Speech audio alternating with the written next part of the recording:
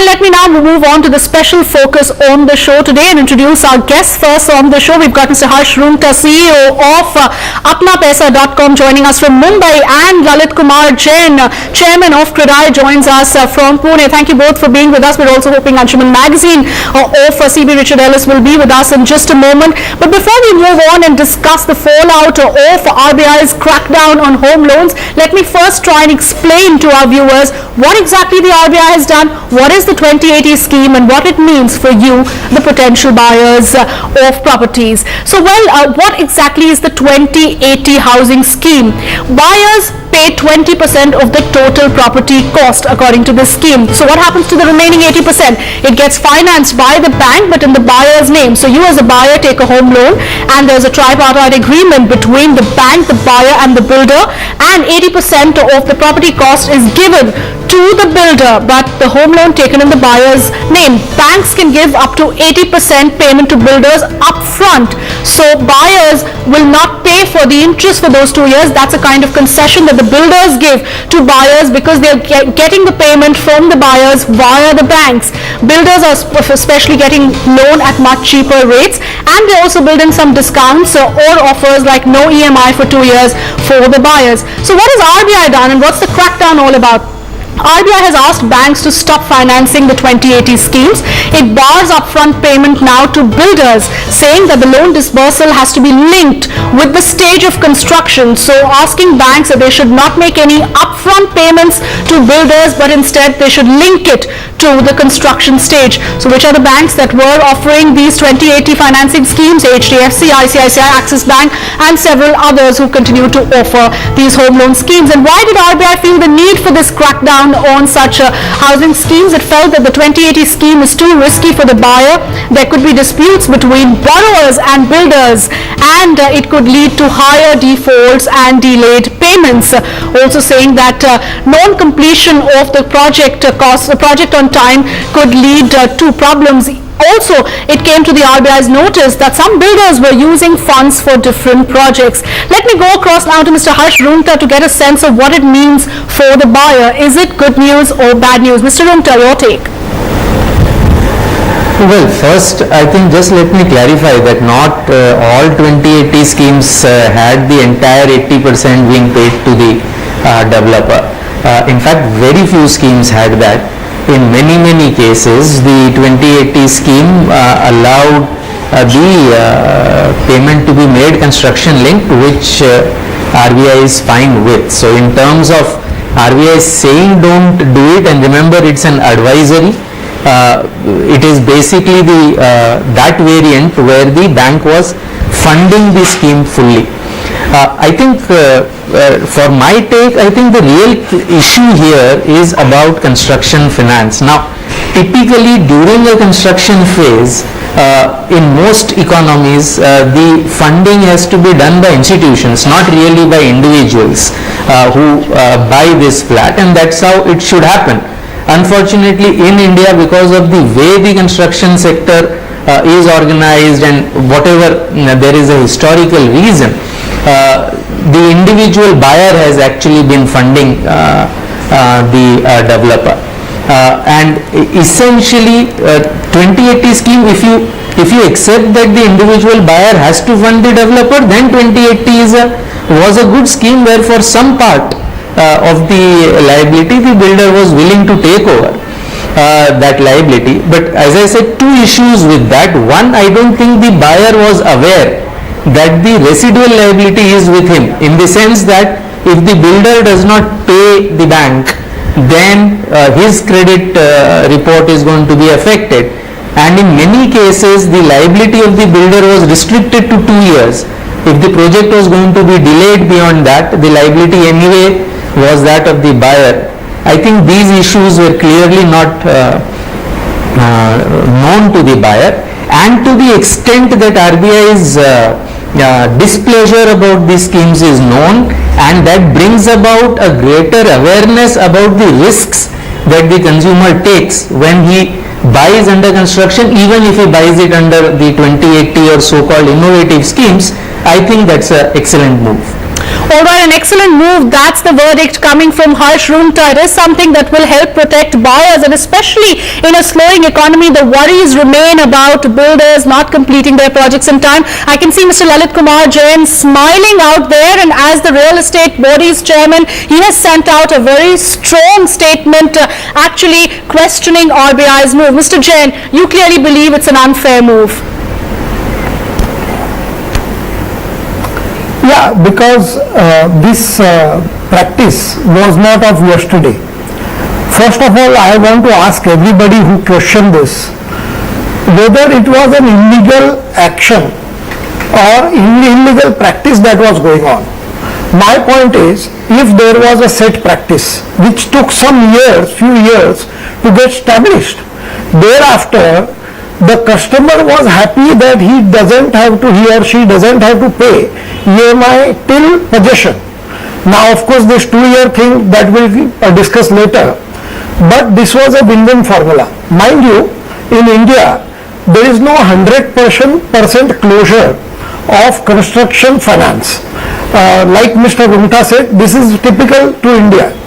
Now part of the project is funded through cash flow generated out of customers' revenues.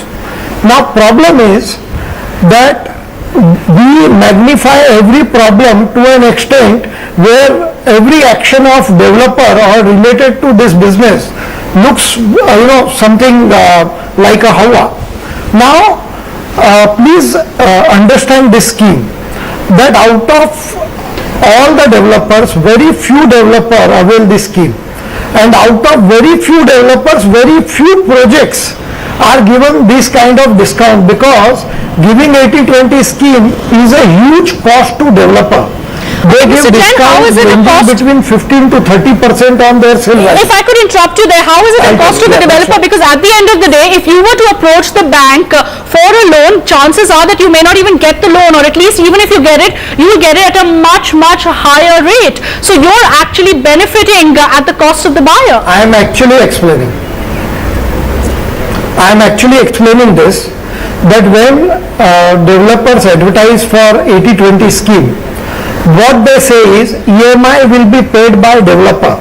Now this EMI till possession translate to 15 to 30% of the sale value. Now that means the buyer is getting direct discount of that much amount that he doesn't have to pay EMI till possession. I do not agree that the buyers do not know the agreement, and also I do not agree that it is a solely responsibility of buyer. In fact, it's a tripartite agreement and developer carries the same risk that buyers carry. Now issue here is whether there were defaults reported to RBI under this scheme. How does RBI come to know that this is very risky? According to me, this is a very biased, prejudiced approach towards this sector. And coming out with any circular like this without consulting stakeholders, without consulting developer, is injustice, because what RBI means to say, if it means that all the bankers are not in know of what they are doing and their actions are questionable, is it so? Are bankers not wise enough to know what they are doing?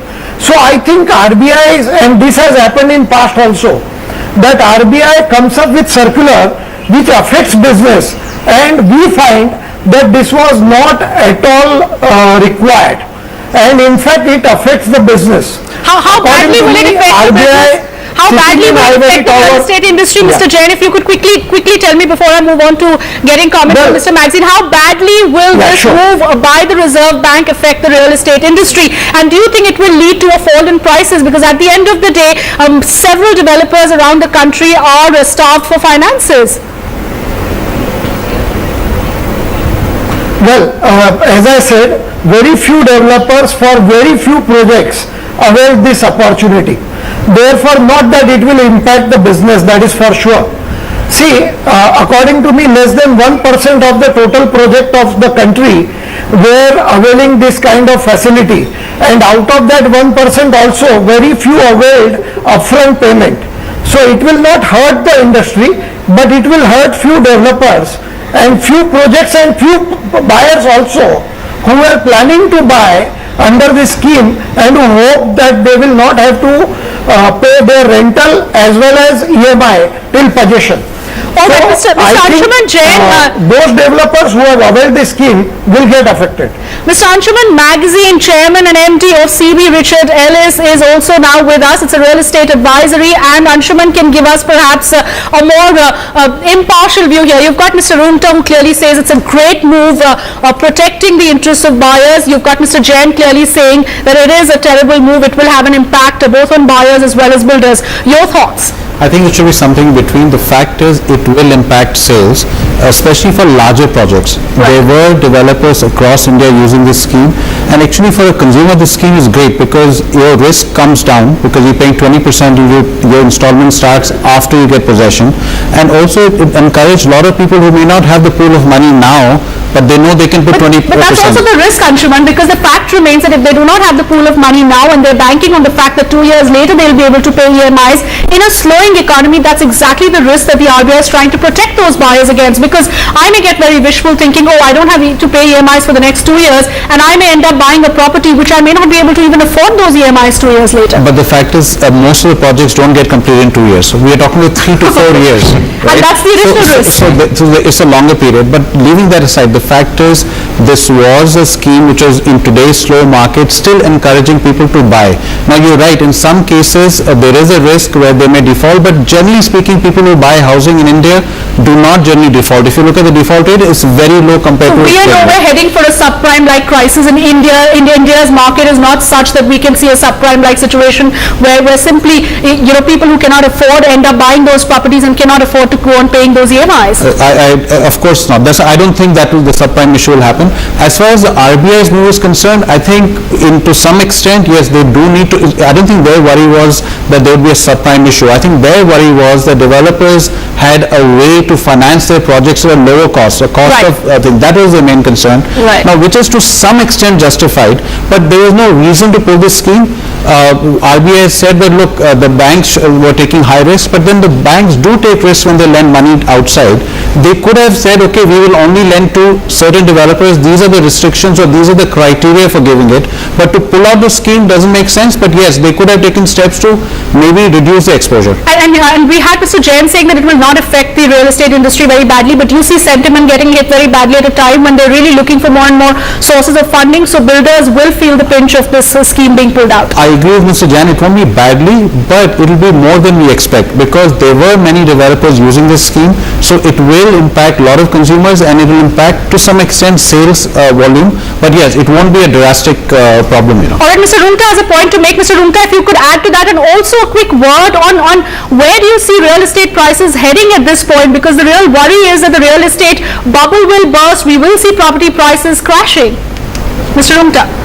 Well, no, first just let me make the point, Shweta. I didn't say that the 2080 scheme is bad. I have never said that, right? All that I said was there is that variant where the entire amount is paid to the developer upfront, and as Mr. Jain also mentioned, very few projects of very few developers actually got that facility.